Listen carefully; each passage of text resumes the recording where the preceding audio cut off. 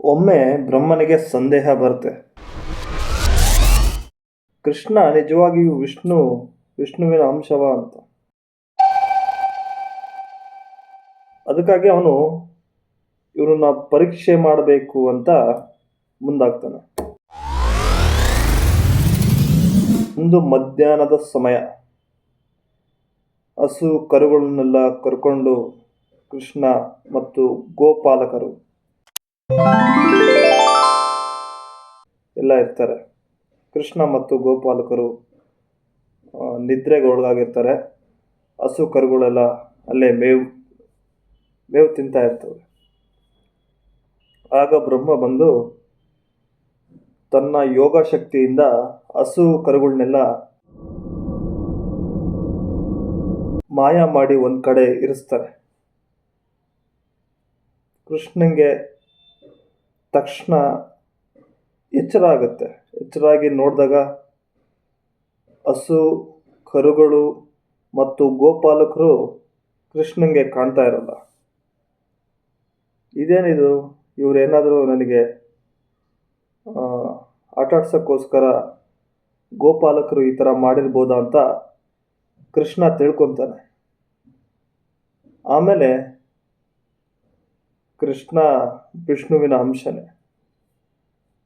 ಹಾಗಾಗಿ ಅವನು ದಿವ್ಯ ಶಕ್ತಿಯಿಂದ ನೋಡ್ತಾನೆ.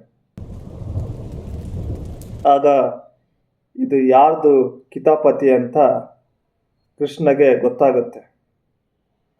ಕೃಷ್ಣ ಏನು ಮಾಡ್ತಾನೆ ಅಂದರೆ, ಹಸು ಕರುಗಳು ಮತ್ತು ಗೋಪಾಲಕರು ಕೃಷ್ಣ ಅವರನ್ನೇ ಹಸುಗಳು ಕರುಗಳು ಮತ್ತು ಗೋಪಾಲಕರನ್ನೆಲ್ಲರನ್ನೂ ಕೃಷ್ಣನ್ನೇ ರೂಪವನ್ನಾಗೆ ಅವನು ಬದಲಾಯಿಸ್ತಾರೆ. ಈಗ ಗೊಂದಲಕ್ಕೆ ಈಡಾದವರು ಬ್ರಹ್ಮದೇವರು. ಬ್ರಹ್ಮನೇ ಗೊಂದಲಕ್ಕೆ ಒಳಗಾಗ್ತಾನೆ. ಆಗ ಬ್ರಹ್ಮಂಗೆ ಅರಿವಾಗುತ್ತೆ, ಇವನು ಸಾಕ್ಷಾತ್ ಶ್ರೀ ವಿಷ್ಣುವಿನ ಅಂಶವೇ ಕೃಷ್ಣನೇ ಅಂತ ಗೊತ್ತಾಗಿ, ಓ ನಂದನಂದನೆ, ಓ ನಂದ ಪುತ್ರನೇ, ನನ್ನನ್ನು ಕ್ಷಮಿಸು. ನಿನ್ನ ಬಗ್ಗೆ ಸಂದೇಹ ಪಟ್ಟು ನಾನು ಈ ಥರ ಕೆಲಸ ಮಾಡಿದೆ. ಹಾಗಾಗಿ ದೇವರಾಗಿರುವ ನಿನಗೆ ಗೊತ್ತಿಲ್ಲದ್ದೇನಿದೆ, ನನ್ನನ್ನು ಕ್ಷಮಿಸು ಅಂತ ಕೃಷ್ಣಂಗೆ ಹೇಳ್ತಾನೆ. ಕೃಷ್ಣ, ಯಾರು ನೀವು ಅಂತ ಕೇಳಿದಾಗ ಬ್ರಹ್ಮ ಮಂದಹಾಸನಗುತ್ತಾ, ತಪ್ಪಾಯಿತು, ನನ್ನನ್ನು ಕ್ಷಮಿಸು ಅಂತ ಕೇಳಿ ಬ್ರಹ್ಮನು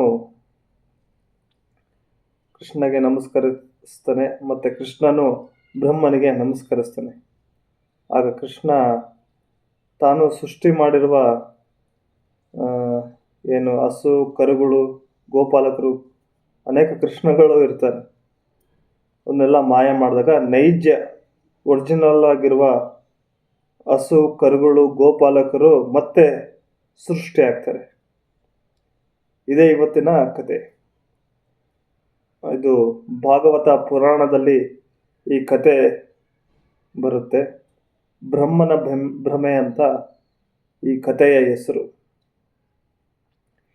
ಇದೇ ರೀತಿಯ ದೈವಿಕ ಕಥೆಗಳು ನಿಮ್ಮ ಮುಂದೆ ತರ್ತಾ ಇರ್ತೀನಿ. ಸಪೋರ್ಟ್ ಮಾಡಿ, ಸಬ್ಸ್ಕ್ರೈಬ್ ಮಾಡಿ, ಲೈಕ್ ಮಾಡಿ, ಆದಷ್ಟು ಜನಕ್ಕೆ ಶೇರ್ ಮಾಡಿ. Thank you.